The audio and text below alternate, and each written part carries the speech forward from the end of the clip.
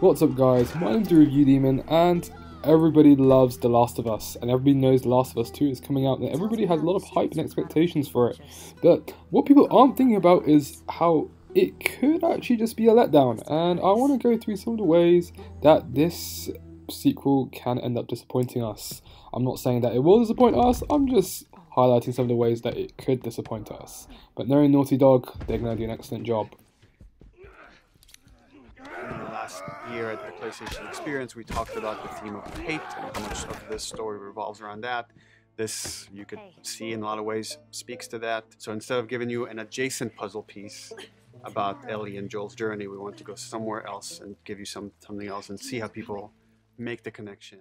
So part 2 is confirmed to be focusing on hate and religion. Now for me, this is slightly concerning. I'm not saying that it can't work, but the reason why, well, in my opinion, the reason why the first one was so appealing and so emotional was because it was light-hearted and it was about love. It was about the love that Joel had for his daughter Sarah, it was about the love that he had for Ellie, it was about the love for the world that Ellie had. And it seems like part 2 is going to be a complete juxtaposition, it's going to be the complete opposite of it. Of course, there's always the possibility that any light-hearted and any happy and hopeful moment in part 2, because there's an overarching theme of despair and hate, it could just make those moments so much better. But we'll really have to wait and see. I mean, it could just be that these overarching themes of hate and religion and despair could pretty much overshadow everything else, overshadow all the light-hearted moments and all the nice moments that made the first Last of Us ever so great. For example, this giraffe scene. Here, come on, let's go. Slow down, kiddo.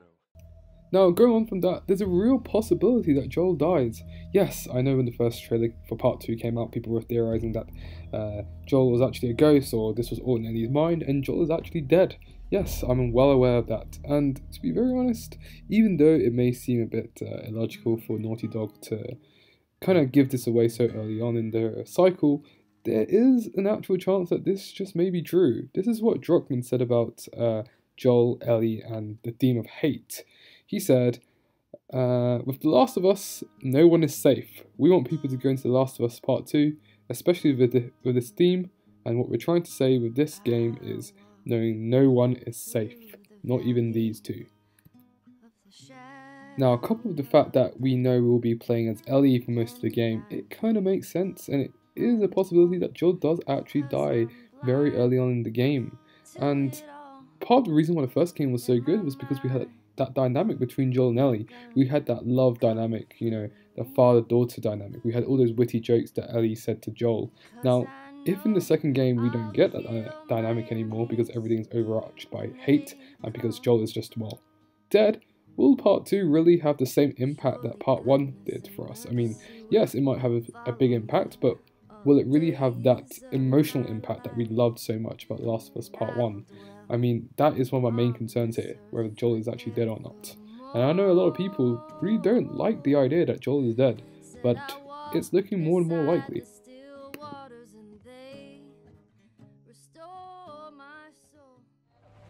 Oh, I'm sure your friend will be missing this tonight. Light on the reading, but it's got some interesting photos. Now, Ellie, that ain't for kids.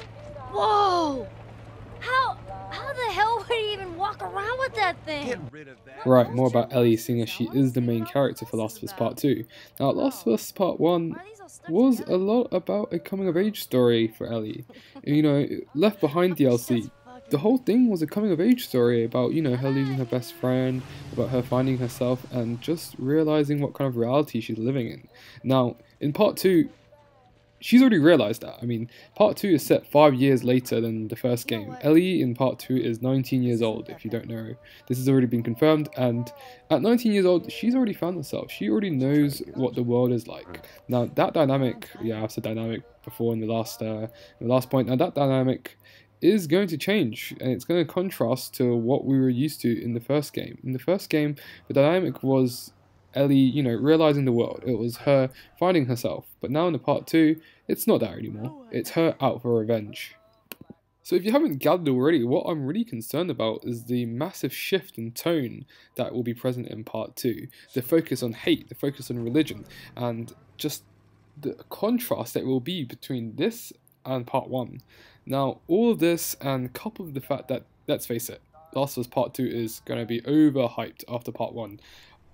All of this just kind of fuels my worry that this game may just end up disappointing us.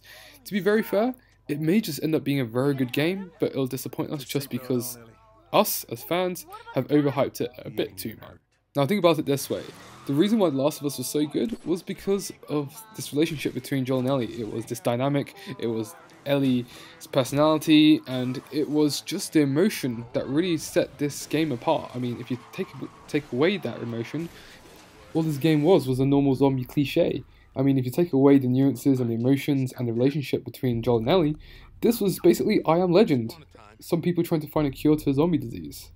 So the real point I really want to make in this video is to really not hype up The Last of Us Part 2 and to think of it that it will be exactly the same as the first game. It should be judged as a game in its own right with different overarching tones and themes. It's not going to be the same game that we loved, you know, in Last of Us Part 1. And we'll probably end up loving The Last of Us Part 2 just because it will be good by its very own right and not carry over the prestige from its predecessor. Anyways, thanks for watching guys, mine's the Review Demon, and I'll see you guys next time.